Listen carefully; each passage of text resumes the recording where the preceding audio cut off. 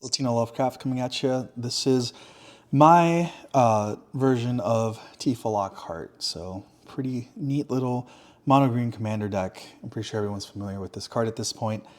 But for those of you that are not, she is a 2-drop legendary creature human monk that has trample. She has landfall, one of my personal favorite keywords here. Whenever a land you control enters, you double Tifa Lockhart's power until end of turn. So you're not putting +1/+1 counters, you are just doubling her power in this case. So the way this works is you drop a land, and that landfall trigger goes off. This goes from a 1 to a 2, drop another land, it goes from a 2 to a 4, drop another land, it'll go from a 4 to an 8. So it'll continue doubling up, and it is just looking at her current power. So if you do go down the route of +1/+1 counters, if she has 2 counters on her and she's a 3/4, then first land that hits she becomes a 6/4. So that's something to consider. One thing with Tifa is that you can build her as a Voltron deck, and I'm gonna be honest, this is not a Voltron deck.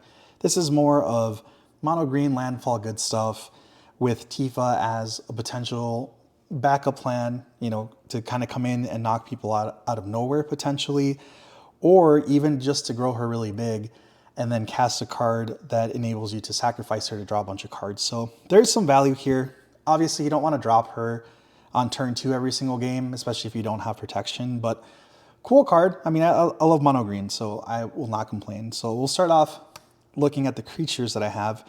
We'll go through this pretty quick. So I got Springbloom Druid. The reason I have them in here is it's a 3-drop that lets you sack a land, and then you go search up a couple more lands. So I do have some land recursion stuff going on in here. It's not, the deck itself isn't super focused on that per se, but there is some, playing lands from graveyards. Speaking of which, we have a Ramanap Excavator. Have him in here because he's cheap and you can play lands from your graveyard. Then we have a Tireless Provisioner, so nice little land drop, or sorry, I say landfall, which is encouraging your land drops. Whenever a land enters, you create a food or a treasure token. So nice little value coming off of that creature. Wayward Swordtooth we have so that you can play an additional land, and that's pretty much it. You can play an additional land on each turn. It's a 5/5 for 3, but it can't attack unless you have the City's Blessing. Again, it's more of just mana acceleration. Then we got Lumra, Bellow of the Woods. This is probably a more competitive mono green commander if you wanted to go down this route instead. But Lumra's awesome because it's a bear. Excuse me, the artwork is fantastic. And its power and toughness are equal to the number of lands that you control. And when it enters, you get to mill 4 cards and you return all land cards from your graveyard to the battlefield tapped. So plays into those land synergies. Then we have a Reclamation Sage because artifact and enchantment hate is essential in Commander. We have an Ancient Green Warden, lets you play some lands from graveyards. Also causes triggered abilities of a permanent you control to trigger, or if a land entering causes a triggered ability of a permanent you control to trigger, that ability triggers an additional time. And it's a 5/7, so you get some nice value off of the landfall theme. And we got Toski, Bearer of Secrets. So I got this guy in here to hopefully get us some more card draw. He's indestructible, which is sweet. I've seen plenty of commander decks where Toski is the commander. Whenever he deals combat damage to a player, you draw a card, but it's also whenever a creature you control deals combat damage to a player, you draw a card. So you could have, I believe that the way this works is you could have multiple creatures hit an opponent, and then if they're dealing the combat damage, then you're going to draw cards per instance of damage, which is super nice in this deck. We have a Disciple of Freyalise. I see this in every mono green or every green commander deck. It's such an awesome card. So when it enters, you can sack another creature. If you do, you gain X life, which is nice, but I mean, it's not super relevant in this deck. And then you draw X cards where X is that creature's power. And on the back, it is a land that you can pay 3 life and have it enter untapped. So some nice versatility with that. Cultivator Colossus. This is a card that I have in here kind of as a filler. I'm not super convinced by it, to be totally honest. It being 7 mana is a lot. But it has trample, and its power and toughness is equal to the number of lands you control. And when the creature enters, you may put a land card from your hand onto the battlefield tapped. If you do, you draw a card and you repeat this process. So it is a little bit hit or miss. I mean, if you're able to like chain a ton of lands, that's sick, especially if you have Tifa out, because all of a sudden she's starting to become really big. I can appreciate that this is also a threat on itself, obviously. Onto itself, I mean, it has trample, so it's a decent card. I may or may not cut that eventually, we'll see. Lotus Cobra is just a classic, 2 mana landfall. Whenever land enters the battlefield under your control, add 1 mana of any color. In this case, we're gonna add green. Obviously, then we have a Tireless Tracker. So some more landfall synergies. Whenever land you control enters, you investigate, which means that you create a clue token.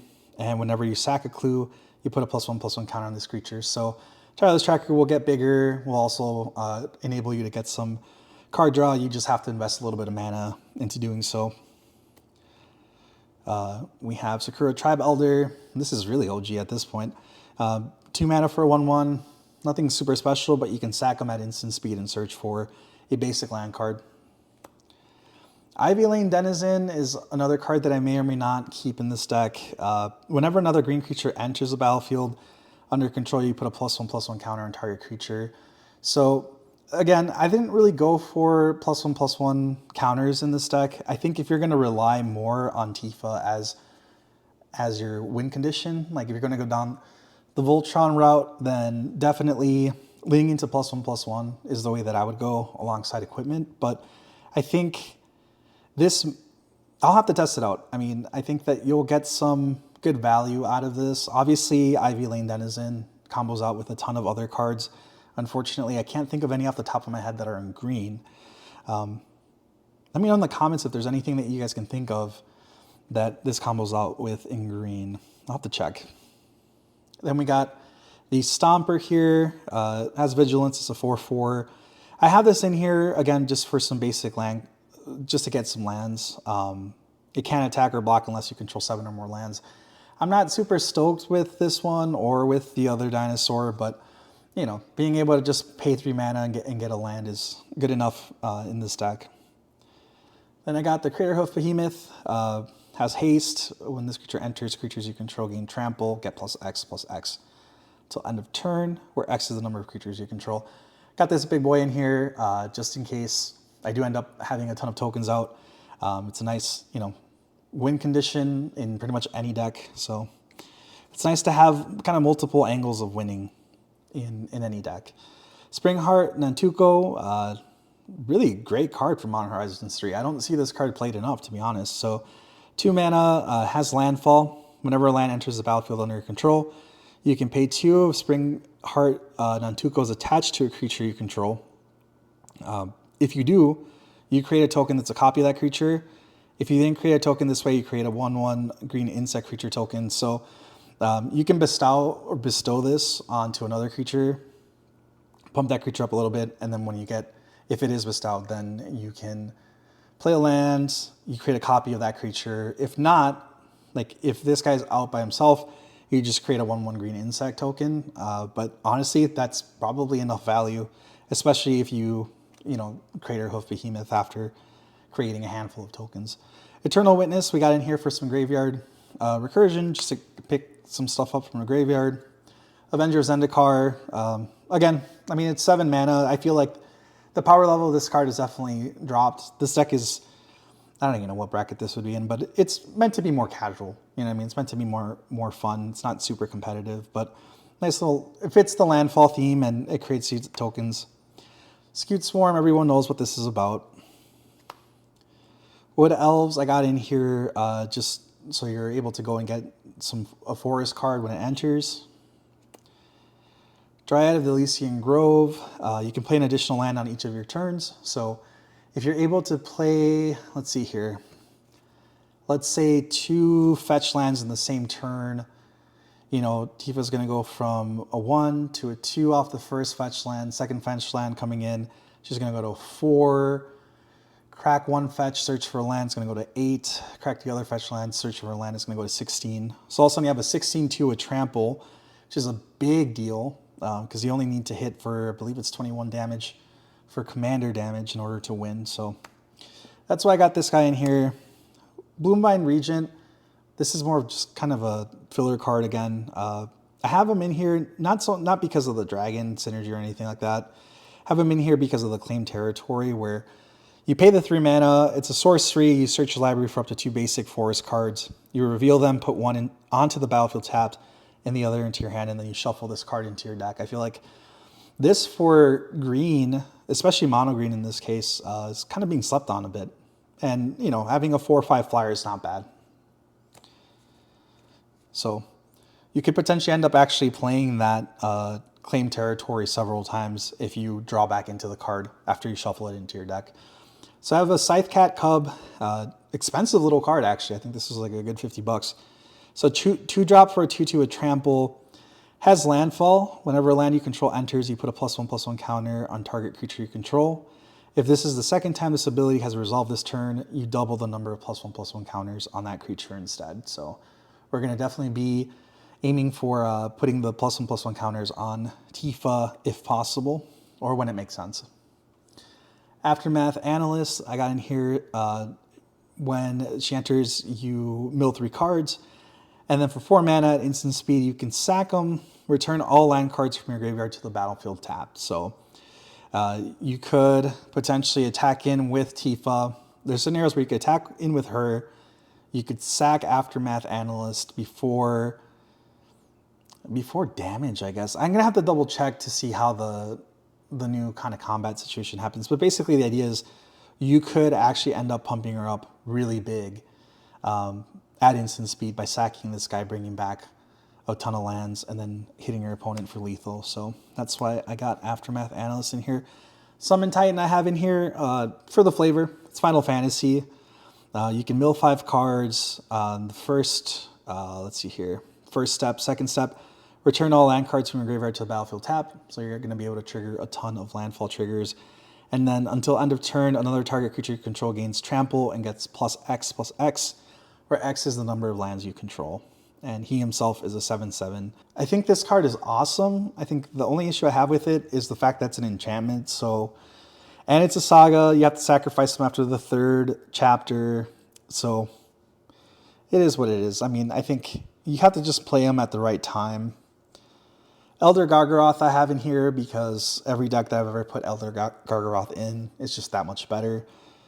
It's just keyword soup, and whenever it attacks or blocks, you get to choose one of these options, and it's 6/6 for 5 mana. Play it. Elvish Reclaimer I have in here. You get +2/+2 as long as there are 3 or more land cards in your graveyard. You can sack a land and search your library for a land card, put onto the battlefield, tapped, and shuffle your library. I have him in here because at one point I was thinking about playing the Dark Depths Thespian stage combo, or maybe even Vesuva or something, but I'll have to kind of think about that a little more. Obviously, like if you're playing CEDH, or if you have the money for it, especially in this economy, you'd be able to sack a land at instant speed and then search up a Gaia's Cradle. So, you know, that's kind of what the Elvish Reclaimer is in here for. It's a nice way to tutor up some lands. Traveling Chocobo, again, we have them in here for, because it's a flavor win with Final Fantasy. You can look at the top card of your library anytime. You can play lands and cast bird spells from the top of your library. The birds don't really matter. I think this is the only bird I have in here anyway. And then in this case, if a land, we're just going to ignore the bird. You control entering the battlefield causes a triggered ability of a permanent you control to trigger. That ability triggers an additional time. So nice value off of that. Rampaging Balos we have in here for creating some 4/4 tokens. Loot Exuberant Explorer. Not only is he adorable, but he also allows you to play an additional land on each of your turns. And then for 6 mana at instant speed, you can look at the top 6 cards of your library. You may reveal a creature card with mana value less than or equal to the number of lands you control from among them and put onto the battlefield. Put the rest on the bottom in a random order. That's actually pretty sick. I don't think I've actually activated that in the few games I've played with this deck, so I will keep that in mind. Sky Shroud Claim we have for ramp. Cultivate for ramp as well. Kodama's Reach, just great to have redundancy. Rampant Growth, Nature's Lore. This was given to me by my friend Austin, actually, as a birthday gift, which is pretty awesome. So thank you, Austin. I appreciate you. Love you a lot. Search your library for forest card, put that card into the battlefield and shuffle. Traverse the Outlands.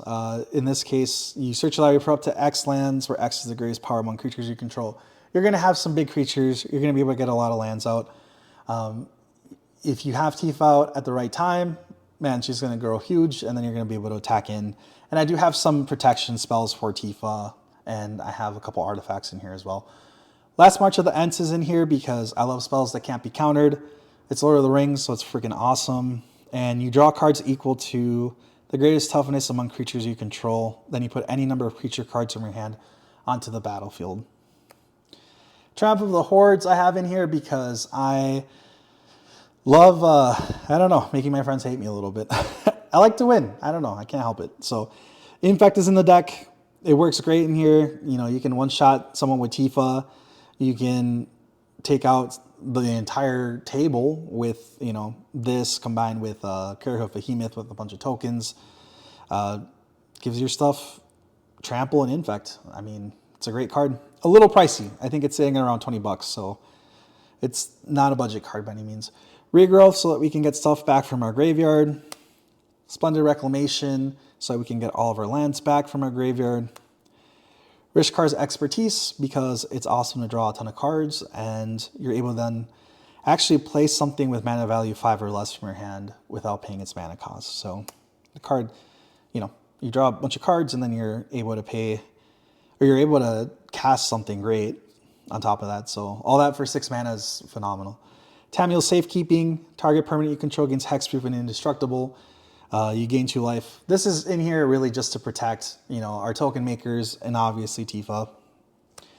Veil of Summer is because I end up playing against a lot of blue. You impermanents you control gain hexproof from blue and from black until end of turn. So depending on your meta, you may or may not need this, but I kind of like it just so that I can, you know, add a little more protection to Tifa and the rest of the gang, and also make my stuff uncounterable. Crop Rotation is in here so that you can sack land, go search for land. Again, you know, surprise landfall drop. I think, honestly, I might just toss Thespian Stage and Dark Depths back in here. It's not going to be in this video, but I might add it to the list as like a potential. I think, I don't know, I like that combo. I know it's not like the craziest thing or like the most powerful thing, but it's fun, especially when you can get to that Merit Lage token at instant speed. So that's why I got Crop Rotation in here. Heroic Intervention. Again, this is a gift from Austin. So permanents you control gain hexproof and indestructible until end of turn. Expensive card. Play it if you're playing green because it is phenomenal. Beast Within for some removal. Snakeskin Veil we got in here. It's nice that you get to put a +1/+1 counter on target creature. It also gains hexproof until end of turn.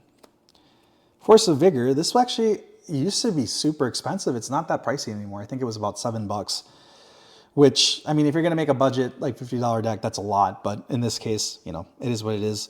So this card is from Modern Horizons 1.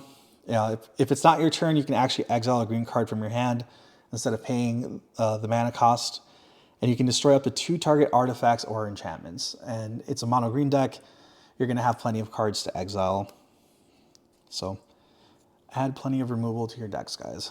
Got a Harrow in here for some more instant speed, mana ramp. Entish Restoration, same deal, instant speed. High chance that you're going to have a creature with power 4 or greater, and you're going to be able to get up to 3 basic land cards put onto the battlefield at instant speed is awesome. Corrosive Grip is just kind of a flex card. I like it because I like split second stuff. Destroy target artifact or enchantment. In case I'm playing against someone that's playing some like degenerate artifact combo or something, you know, having split second is a big deal because it's going to be basically impossible for anyone to interact with this. So I think of that one Reservoir card, Aether something Reservoir, the one where it's like you cast a spell, you get to Storm off, you cast a spell, you gain a certain amount of life. Like you can actually destroy this before you get shot by it, which is wild. Primal Bellow I have in here. really, I mean, this is just to pump up Tifa. Target creature gets +1/+1 until end of turn for each forest you control. So we're going to control a ton of forests. Tifa's Limit Break is great because it's super flavorful and it, for 1 mana, so for 1 green and then you're paying 0, target creature gets +2/+2 until end of turn. So that could be good enough just to like pump her up. You can do Meteor Strike where you pay an additional 2. So you're paying 1 green and 2 generic. Double target creature's power and toughness until end of turn. Or you can pay 1 green and an additional 7. Triple target creature's power and toughness until end of turn. And it is instant speed. And you are playing mono green ramp. So you're definitely going to be able to get up to the 8 mana relatively fast. Or you should. We'll goldfish this in a bit and see if we can actually accomplish that. So I have Constant Mists in here. I love this card in like most of my landfall land decks, you know, graveyard land decks. I don't know if it's going to be good in here. It may or may not. But buyback, you sacrifice the land. So basically, when you cast this, creatures deal no combat damage this turn. So it acts as a fog. But you can sack a land when you cast this, in addition to the casting cost. And if you do, then this actually gets put back into your hand instead of the graveyard as part of the spell's effect. So it's pretty cool because you can have kind of a continuous fog as long as you have lands. Sylvan Library for some card draw and card selection. Plus this artwork is phenomenal. Bear Umbra, actually a really great card in this deck. So you get to enchant a creature, gets +2/+2 and has whenever this creature attacks, untap all lands you control. The totem armor is also awesome. So if, in this case, I mean, we're most likely going to enchant Tifa. If she's about to get destroyed, you destroy the Bear Umbra instead and she stays alive. So Bear Umbra is great. I think that's the same effect as Sword of Feast and Famine too. Rancor, 1 green. Enchant creature gets +2/+0 and has trample. So it just makes your creatures a little bit bigger. And when it's put into a graveyard, you return it to its owner's hand. So it's great on pretty much any creature, our commander included, obviously. Then we got Retreat to Kazandu. Move these cards out of the way. Just noticing that they're all over the place. Retreat to Kazandu is 2 and a green for an enchantment that has landfall. Whenever land enters the battlefield under your control, you can either put a +1/+1 counter on target creature, or you gain 2 life. The 2 life is whatever. You're really just going to do this. You're playing this enchantment in order to get +1/+1 counters on Tifa or on whatever your biggest threat is at the time. We have Ring of Barhir or Sword of the Animist. This is a card where, I don't know, I'm going to have to test it out. This might not make the cut. It's a cool card. I mean, honestly, it's a phenomenal card in any deck that isn't running green. In this case, we have plenty of ramp. So what it does is for 2 mana, you play it. For an additional 2, you equip it to a creature. That creature gets +1/+1, which is nice.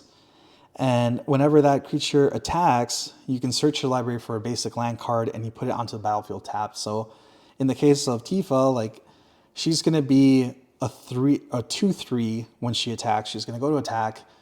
You're going to get a land. The land's going to come down, and she's going to go from being a 2/3 to a 4/3. And I don't know. I mean, that to me is kind of is a little underwhelming, I guess. But if you've already dropped enough lands where Tifa's big, you know, that adds a little something to it, and you are ramping up more. It's like a reoccurring ramp. I don't know. Let me know what you think in the comments if I should keep that or not. Swiftfoot Boots I have in here just to protect Tifa and to give my other creatures haste. Give her haste. Lava Spur Boots I have in here to act as a baby version of Swiftfoot Boots. I don't have Lightning Greaves because I want to be able to target Tifa. Soul Ring. Blackblade Reforged. Crypt creature gets +1/+1 for each land you control. And if you are to equip a legendary creature, it only costs 3. So can make Tifa pretty big. And then the lands, we'll go through this pretty quick. Let's see here. So I got a good chunk of like fetch lands. I mean, these are budget, right? Terramorphic Expanse, Evolving Wild, Fabled Passage in here. I got Verdant Catacombs, Wooded Foothills. These are no longer budget. I think Windswept Heath is only $10, which isn't too bad. Misty Rainforest. Access Tunnel I have in here because target creature with power 3 or less can't be blocked this turn. So you could make her unblockable, and then you could get a bunch of lands back onto the battlefield at instant speed. You can pump her up a little bit too, and your opponent can't block her. So that's why it's in here. It's a little cheeky card. Rogue's Passage is just straight up target creature can't be blocked this turn, so that's awesome.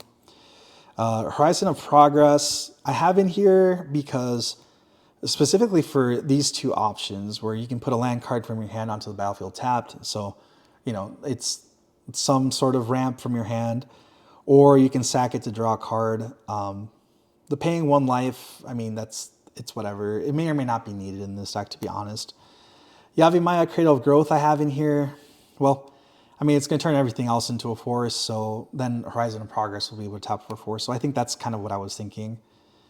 Reliquary Tower, because there's a good chance that you're going to end up with a ton of cards in your hand, and we want to hold on to those cards. Homeward Path, in case someone steals Tifa or one of your big creatures. And then I got 1, 2, 3, 4, 5, 6, 7, 8, 9, 10, 11, 12, 13, 14, 15, 16, 17, 18, 19, 20, 21, 22 forests of all varieties. And I wish I had more of these forests. I think these are from Infinity. But yeah, that's the deck itself. And I don't know. I think it'll play pretty well. I mean, I've played it a couple times, so I know that it does play decent.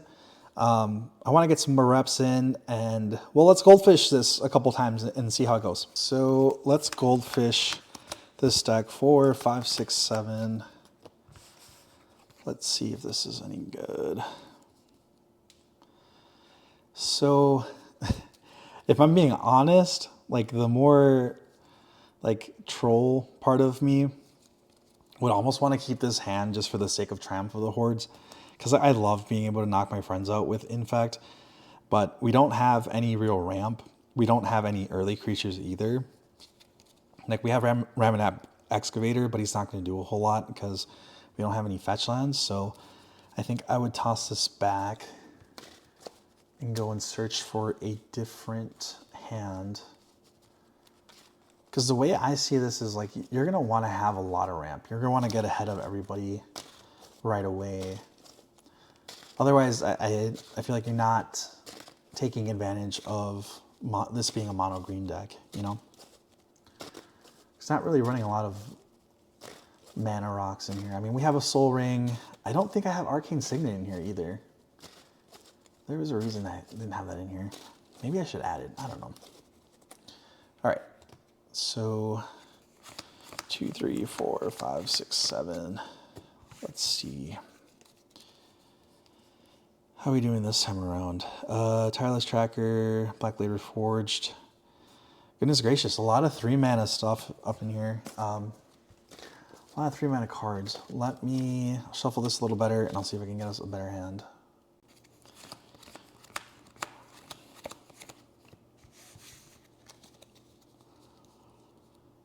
Okay, so this is looking like a more playable hand, in spite of it being a lot of lands, but so be it. Let's see what happens. So we will draw a card for the turn. Drew into Springheart Nantuko. That's a cool card. Let's do Terramorphic Expanse as our land for turn. I'm going to crack that right away. Search for a forest up in here. Yeah, my least coolest looking forest. Kind of panic shuffle a little bit. All right, then we'll pass. Turn comes back to us. We will draw. Drew into a Fabled Passage. This is kind of funny because now we're flooding a little bit. So we can put down, what do you want to put down? Wooded Foothills. We'll crack it. Go down to 39. Grab a forest. I want to grab a cool forest this time though.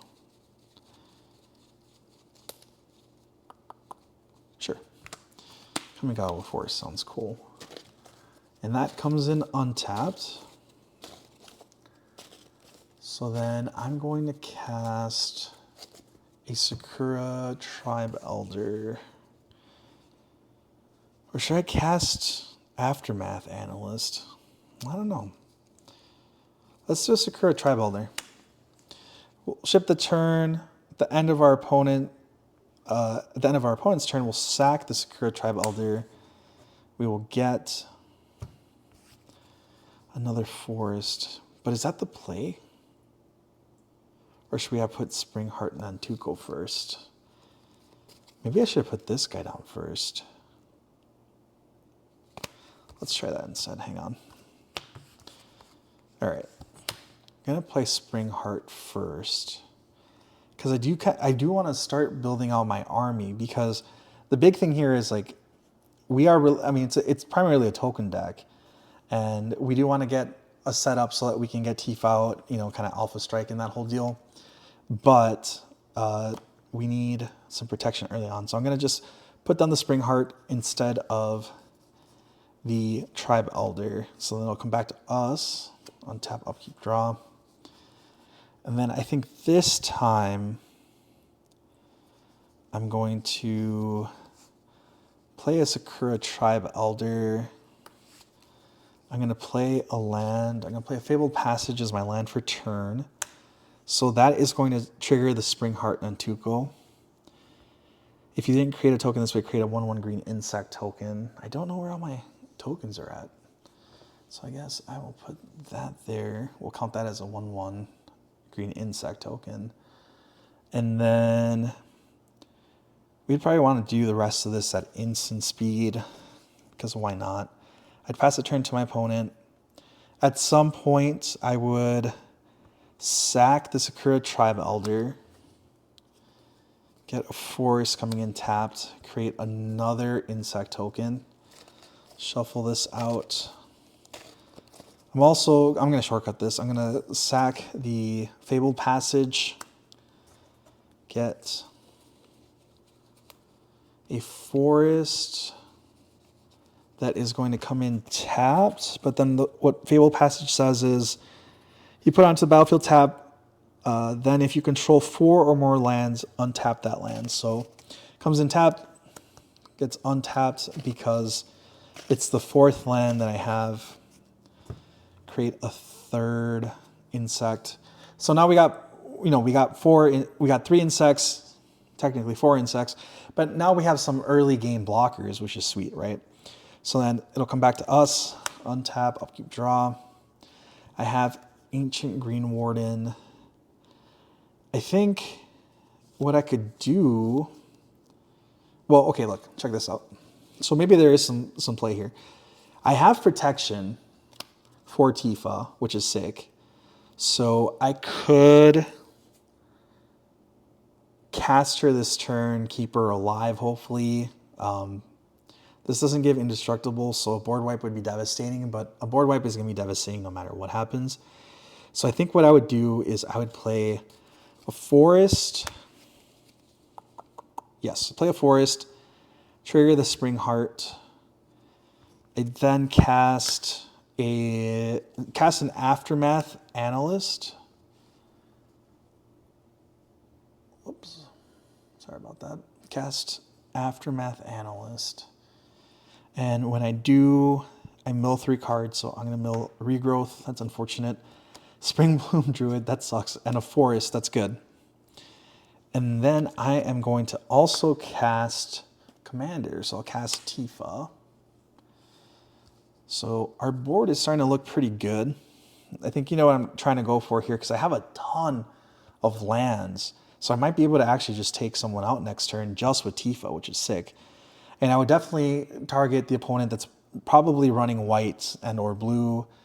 White and black, I guess, in this case, because getting hit with a Cyclonic Rift isn't a big deal, but getting your entire board blown up, it's gonna suck. So back on our turn, draw a card, drew into a Crossing Grip. We'll play a forest, and Tifa will I don't have my +1/+1 dice, so we'll use this die to indicate like instance of that landfall trigger going off. So Tifa's now sitting as a 2/2, and she has trample. So what I could do is, well, yeah, I could go combat, send a 2/2, and then probably go to blocks. Well, I don't know if anyone would actually block Tifa at this point, right?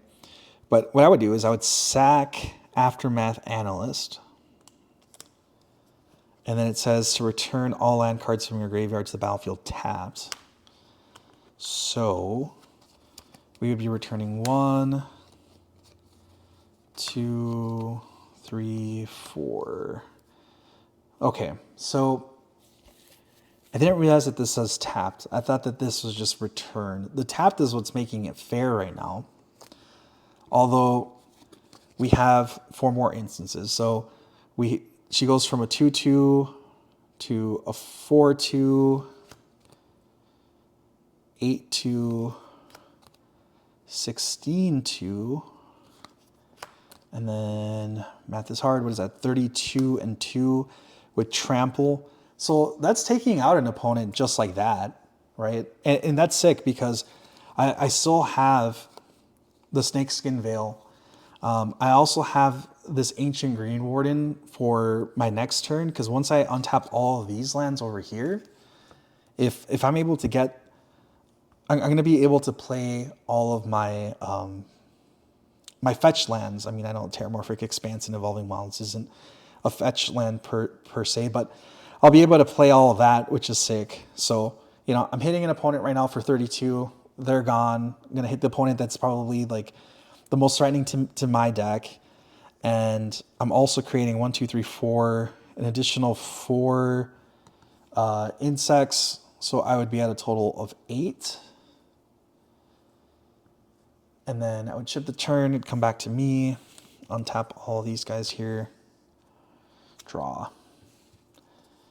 Green Dragon in. You may play lands from your graveyard, but I don't have a way of playing extra lands, which is the tough part right now.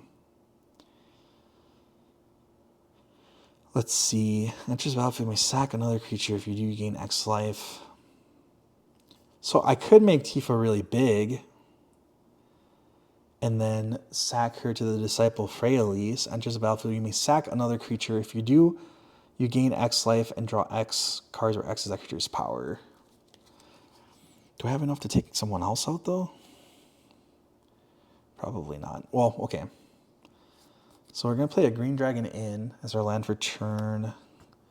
So she's a 2/2. I'm going to crack these 3. So I'm going to have 2 forests coming in untapped, 1 forest coming in tapped. 2 forests coming in untapped. And 1 coming in tapped. All right. 2 forests untapped. And 1 coming in tapped.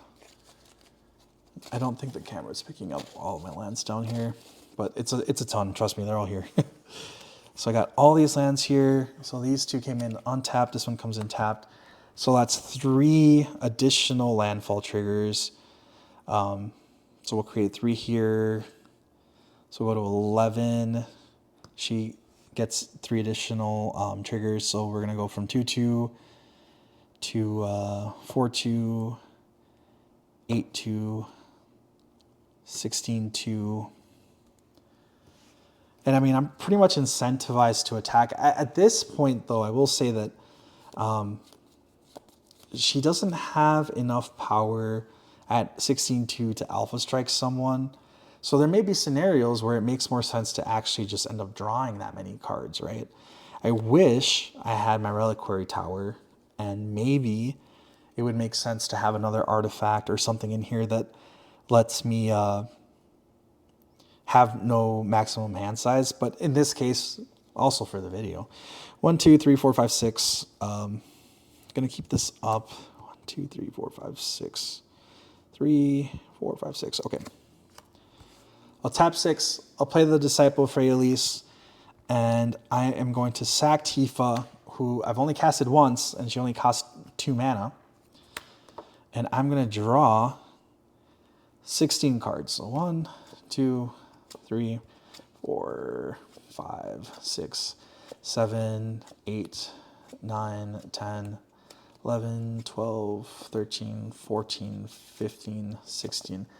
And at this point, honestly, everyone, if your hand is starting to look like this, you are probably going to win. More than likely are probably going to win. I can't play additional lands, although I do have Constant Mist, which is sick. So we have protection. You know, like if we move to the end step, or to our cleanup step, I would definitely keep. I don't think we need a cultivate. I would keep the Reliquary Tower for sure. I don't think we need a ring. I don't think we need a Scry Shroud Claim or a Topiary Stomper. And actually, oh no, I was about to say, do I have an extra copy of Ancient Green Warden? So I would keep Reliquary Tower, Constant Mists, maybe the Verdant Catacomb, Rampaging Baloth I would keep because we want some more creatures. Probably just keep mostly just creatures at this point. So 1, 2, 3, 4, 5, 6. Ah, this is tricky. Maybe the 7 to keep something indestructible. Yeah, the Ivy Lane Denizen, I don't feel like it's doing a whole lot. It could be good with the Spring Heart, whatever. All right, so we'll dump these. 1, 2, 3, 4, 5, 6, 7. Gonna dump these as well. So, you know, now I'm actually starting to see some value in having the, what's it called? Crop rotation. And there's crop rotation. And also the elf. What's his name? Elvish Reclaimer. You know, even if you go for like a budget version, like if you're not going to run Gaia's Cradle, which I'm not, having these two to go search up that Reliquary Tower at instant speed might just be enough. I'm going to keep this. I like this because, yeah, you can actually search for that Reliquary Tower. So if you do end up getting a situation where you can draw into like 16 cards, hey, instant speed search for this. With this on this trigger on the stack, go search for Reliquary Tower, and then, you know, boom, all of a sudden you have, you know, 20 cards in hand. You'll have plenty of interaction. You'll have protection. You'll have creatures, and you just have a crap ton of lands to put down every turn. So, yeah, this is sick. I'm glad that this actually played out pretty well. I was trying to not net deck this particular commander too much. It's more from like the cards that I remember playing in other landfall decks. I know Austin and the rest of the crew had a bit of influence on the creation of the deck, so I'll continue to tinker with it and see if we can continue to perfect it. But that is Tifa. She's really cool. Thank you all for watching. Hey, subscribe, leave a like, leave a comment. Let me know what commander decks from Final Fantasy that you've actually built and what you think about the set. I know that Edge of Eternities is coming up here, and for next week I actually have 2 collector booster boxes that I'm going to be cracking for this channel, and I'll be unboxing the 2 commander decks and then trying to see if we can improve those commander decks. Thank you all for joining me today. Enjoy your weekend. Catch you later.